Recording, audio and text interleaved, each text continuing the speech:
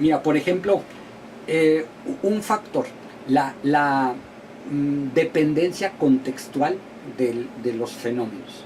O sea, si tú, por ejemplo, eres físico, física, y estás estudiando cómo se comportan ciertas partículas, tú puedes ir a un laboratorio, digamos, en una universidad estadounidense, y imagínate que de repente dicen, oye, alguien está haciendo algo parecido y está en una universidad china.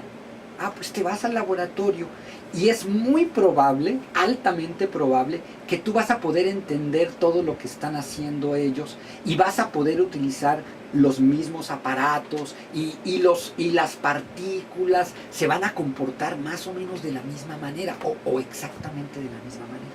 O sea, porque esos fenómenos, por lo menos en el contexto de la Tierra, si te mueves a la Luna ya hay otro contexto, ¿sí?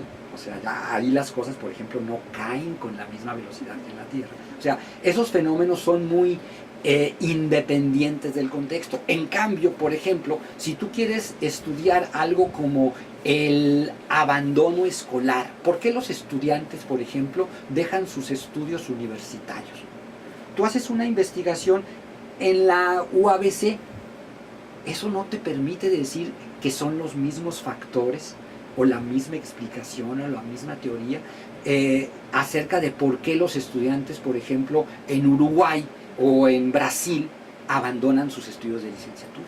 ¿Por qué? Porque este fenómeno no es un fenómeno, mejor dicho, que es muy dependiente del contexto. Por ejemplo, no es lo mismo el abandono escolar en una sociedad económicamente desarrollada que en una sociedad económicamente en desventaja.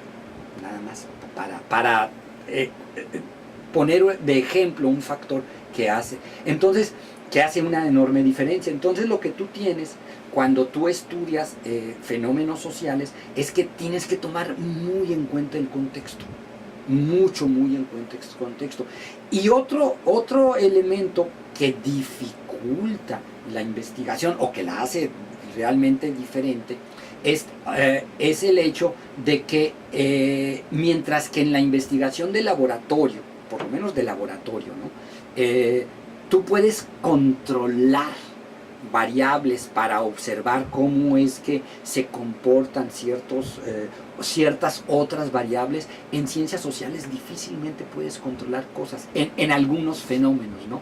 Por ejemplo, tú imagínate que tú estás interesada en entender por qué hay algunos jóvenes que participan activamente en la política y otros no.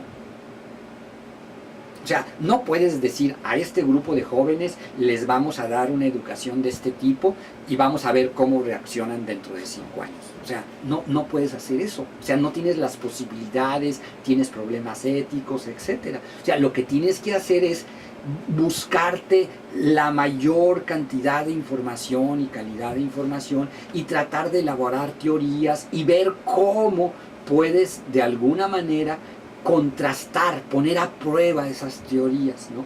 Yo creo que una de las cosas que en cualquier ciencia siempre tienes que preocuparte es cómo puedes poner a prueba tus teorías, ¿no? Hay otro factor todavía también muy importante.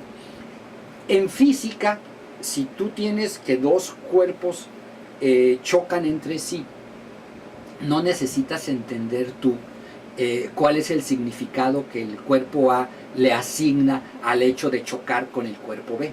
En cambio, en el comportamiento humano, tú puedes mirar a dos personas pelearse y sin embargo, si están arriba de un ring, tiene un significado. Si están en un callejón, tiene otro significado. Si están en otro tipo de evento, tiene otro significado. Un elemento que entra o que se incorpora y que es muy importante es el significado.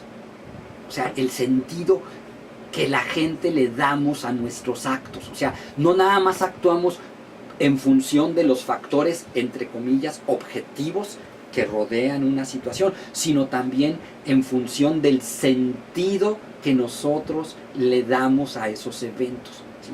Alguien te dice gritando algo.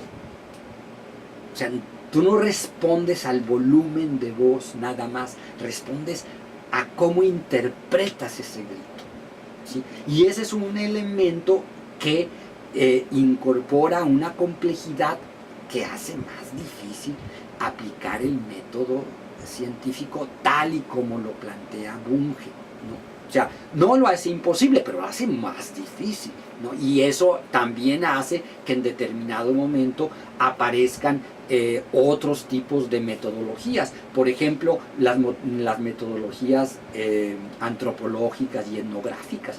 Porque muchas veces no es suficiente con observar lo que la gente hace. Le tienes que preguntar por qué lo hace, qué sentido tiene el hacer ese tipo de cosas.